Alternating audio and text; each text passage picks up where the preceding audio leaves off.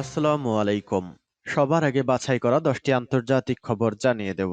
প্রথমেই থাকছে শিরোনাম। তবে তার আগে অনুরোধ থাকবে ভিডিওটিতে একটি লাইক দিবেন।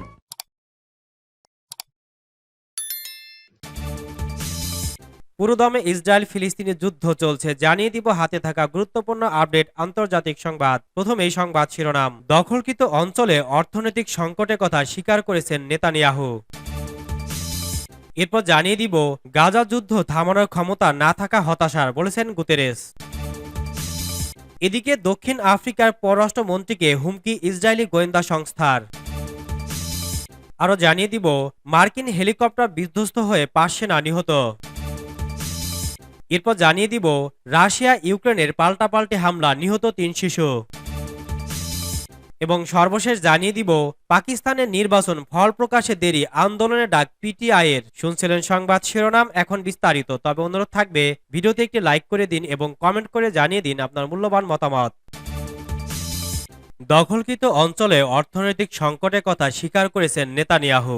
ইহুদিবাদী ইসরায়েলের অধিকৃত অঞ্চলে অর্থনৈতিক পরিস্থিতি অবনতির বিষয়ে মার্কিন বাণিজ্যিক রেটিং সংস্থা মুডির প্রতিবেদন স্বীকার করেছেন প্রধানমন্ত্রী নেতানিয়াহু। হামাসের সাথে গাজার যুদ্ধ শুরুর পর থেকেই ইসরায়েলের স্বাভাবিক অর্থনৈতিক কার্যক্রমে ভাটা পড়েছে। সার্বিক এই পরিস্থিতিতে মার্কিন বাণিজ্যিক রেটিং সংস্থা মুডি দেশটির ক্রেডিট স্কোর স্থিতিশীল থেকে নেতিবাচকে নামিয়েছে। শনিবার ইসরায়েল ভিত্তিক সংবাদ সংস্থা দ্য জেরুজালেম পোস্টের এক প্রতিবেদনে এ তথ্য জানানো হয়েছে। প্রতিবেদনে বলা হয়, গাজায় হামাসের সাথে চলমান যুদ্ধের প্রভাবের কারণে মার্কিন রেটিং সংস্থা মুডির শুক্রবার ইসরায়েলের ক্রেডিট রেটিং কমিয়েছে। সংস্থাটি ইসরায়েলের রেটিং A1 থেকে A2 এ এক ধাপ কমিয়েছে। ইসরায়েলের বাণিজ্যিক ও বিনিয়োগ খাতের এই নেতিবাচক প্রভাব পড়বে বলেও জানানো হয়েছে। এক বিবৃতিতে মুডি বলেছে যে হামাসের সাথে চলমান সামরিক সংঘর্ষ, এর পরবর্তী এবং বিস্তৃত পরিণতি বস্তুগতভাবে ইসরায়েলের জন্য রাজনৈতিক ঝুঁকি বাড়িয়ে দিয়েছে। একই সাথে দেশটির নির্বাহী ও আইন প্রণয়নকারী প্রতিষ্ঠান এবং এর আর্থিক শক্তিকে দুর্বল করে দেয়। অদূর ভবিষ্যতের জন্য এটি মূল্যায়ন করার পরে মুডি এ সিদ্ধান্ত নিয়েছে। মুডি আরও বলেছে, ইসরায়েলের আর্থিক শক্তিকে এক ধাপ নামানোর অন্যতম আরও একটি কারণ হল তার উত্তর সীমান্তে হিজবুল্লাহর সাথে সংঘর্ষ বৃদ্ধির ঝুঁকি। সেটা হলে পরিস্থিতির আরও অবনতি হবে। মুডি বলছে, এই সংঘাতে হিজবুল্লাহ জড়িয়ে পড়লে ইসরায়েলের অখণ্ডতা আরও বড় ঝুঁকির মুখে পড়বে। গাজা যুদ্ধ থামানোর ক্ষমতা না থাকা হতাশার, বলেছেন গুতেরেস। গাজার খান ইউনিসের নাসের হাসপাতালে ইসরায়েলি স্নাইপারের গুলিতে 21 জন নিহত হয়েছে। আর 24 ঘন্টায় ইসরায়েলি আগ্রাসনে নিহত হয়েছে 107 ফিলিস্তিনি। রাফা শহরে ইসরায়েলি অভিযানের কেন্দ্র স্থানান্তরিত হওয়ার পর গতকাল ইসরায়েলি প্রধানমন্ত্রী বেনিয়ামিন নেতানিয়াহু ওই অঞ্চলে যুদ্ধের পরিকল্পনা প্রণয়নের কথা বলেছেন। এদিকে গাজা যুদ্ধে যখন প্রাণহানি 28,000-এর কাছাকাছি, তখন জাতিসংঘের মহাসচিব অ্যান্তনিও গুতেরেস বলেন, গাজা যুদ্ধ বন্ধ করতে তার হাতে কোনো ক্ষমতা নেই, যা হতাশার। গুতেরেস বলেন, তিনি এমন কোনো পদক্ষেপ নিতে পারছেন না যা ন্যূনতম হলেও আন্তর্জাতিক আইন ও আন্তর্জাতিক মানবিক আইনের প্রতি সম্মানস্বরূপ মানুষের জন্য কোনো কিছু করতে পারে। ওই সাক্ষাৎকারে গুতেরেস বলেন, আমার কোনো ক্ষমতা নেই এটি বন্ধ করার, এমন বিষয় জানা এবং মানুষের ভোগান্তির চরম অবস্থা দেখতে পরিস্থিতি আমার জন্য চূড়ান্ত হতাশার, কিন্তু এটিই বাস্তবতা। আমার কোনো ক্ষমতা নেই এটি থামানোর। তিনি বলেন, এর বিরুদ্ধে তিনি আওয়াজ তুলছেন। সম্প্রতি ইসরায়েল গাজার রাফাতে ব্যাপক পরিসরে অভিযান চালানোর প্রস্তুতি শুরু করেছে।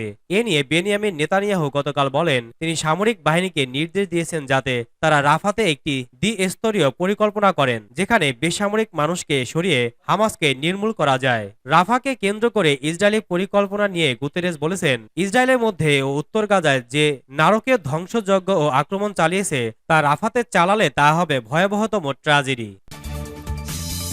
দক্ষিণ আফ্রিকার পররাষ্ট্রমন্ত্রীকে হুমকি ইসরায়েলি গোয়েন্দা সংস্থার। অবরুদ্ধ গাজা উপত্যকায় ইহুদিবাদী সন্ত্রাসীদের অবৈধ রাষ্ট্র ইসরায়েলের চলমান আগ্রাসনের বিরুদ্ধে আন্তর্জাতিক ন্যায় বিচার আদালতে মামলা করা একের পর এক হুমকি দেওয়া হচ্ছে দক্ষিণ আফ্রিকার পররাষ্ট্রমন্ত্রী ন্যালিদি পান্ডোরকে। শুক্রবার 9 ফেব্রুয়ারি সন্ধ্যায় কেপটাউনে এক সংবাদ সম্মেলনে এসব কথা জানান পররাষ্ট্রমন্ত্রী প্যান্ডোর। সাংবাদিকদের তিনি বলেন, আমি দক্ষিণ আফ্রিকার পুলিশ মন্ত্রীর সঙ্গে কথা বলেছি এ বিষয়ে, কারণ গত কয়েকদিন ধরে এই ধরনের বার্তা পাচ্ছি আমি, যে জন্য অতিরিক্ত নিরাপত্তা ব্যবস্থার আবেদন জানিয়েছি। প্যান্ডোর আরো বলেন, তিনি তার পরিবার নিয়ে আরো বেশি উদ্বিগ্ন, কারণ এসব হুমকি বার্তার বিভিন্ন স্থানে তার সন্তানদের নাম উল্লেখ করা হয়েছে। প্যান্ডোরের বক্তব্য অনুযায়ী ইসরায়েলি গোয়েন্দা সংস্থা থেকেই এইসব হুমকি বার্তা পাঠানো হচ্ছে, বিশেষ করে যারা গাজায় ইসরায়েলি আগ্রাসনের বিরুদ্ধে অবস্থান গ্রহণ করেছে। প্রসঙ্গত, পররাষ্ট্রমন্ত্রী প্যান্ডোর ও তার পরিবারকে হুমকি দেওয়ার বিষয়টি এটি প্রথম নয়। গত মাসে দক্ষিণ আফ্রিকার রাজনৈতিক রাজধানী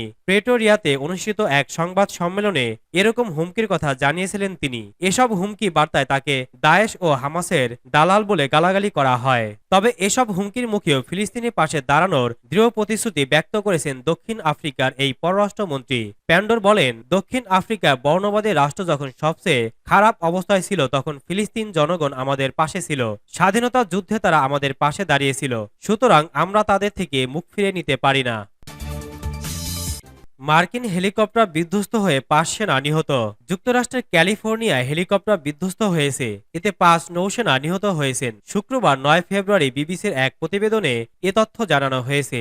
মার্কিন সেনাবাহিনী জানিয়েছে হেলিকপ্টারটি নাভাদা থেকে ক্যালিফোর্নিয়া যাচ্ছিল।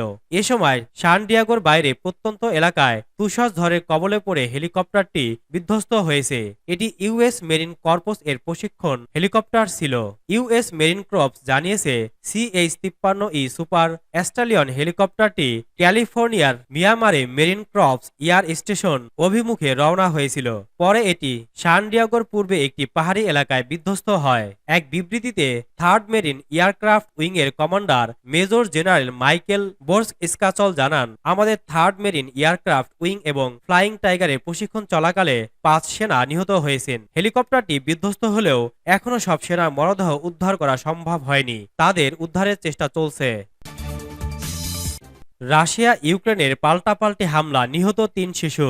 পাল্টাপাল্টি হামলা চলছে রাশিয়া ইউক্রেন ফ্রন্ট লাইনে। খার্কিভে মস্কোর ড্রোন হামলায় প্রাণ গেছে ৩ শিশুসহ ৭ জনের। শনিবার ১০ ফেব্রুয়ারি এক প্রতিবেদনে কাতার ভিত্তিক সংবাদ মাধ্যম আল জাজিরা এ তথ্য জানায়। প্রতিবেদনে বলা হয়, অঞ্চলটির গভর্নর ওলেগ সিনেগুভভ টেলিগ্রামে বলেছেন, হামলায় ৭, ৪ এবং ৬ মাস বয়সী ৩ জন শিশু নিহত হয়েছে।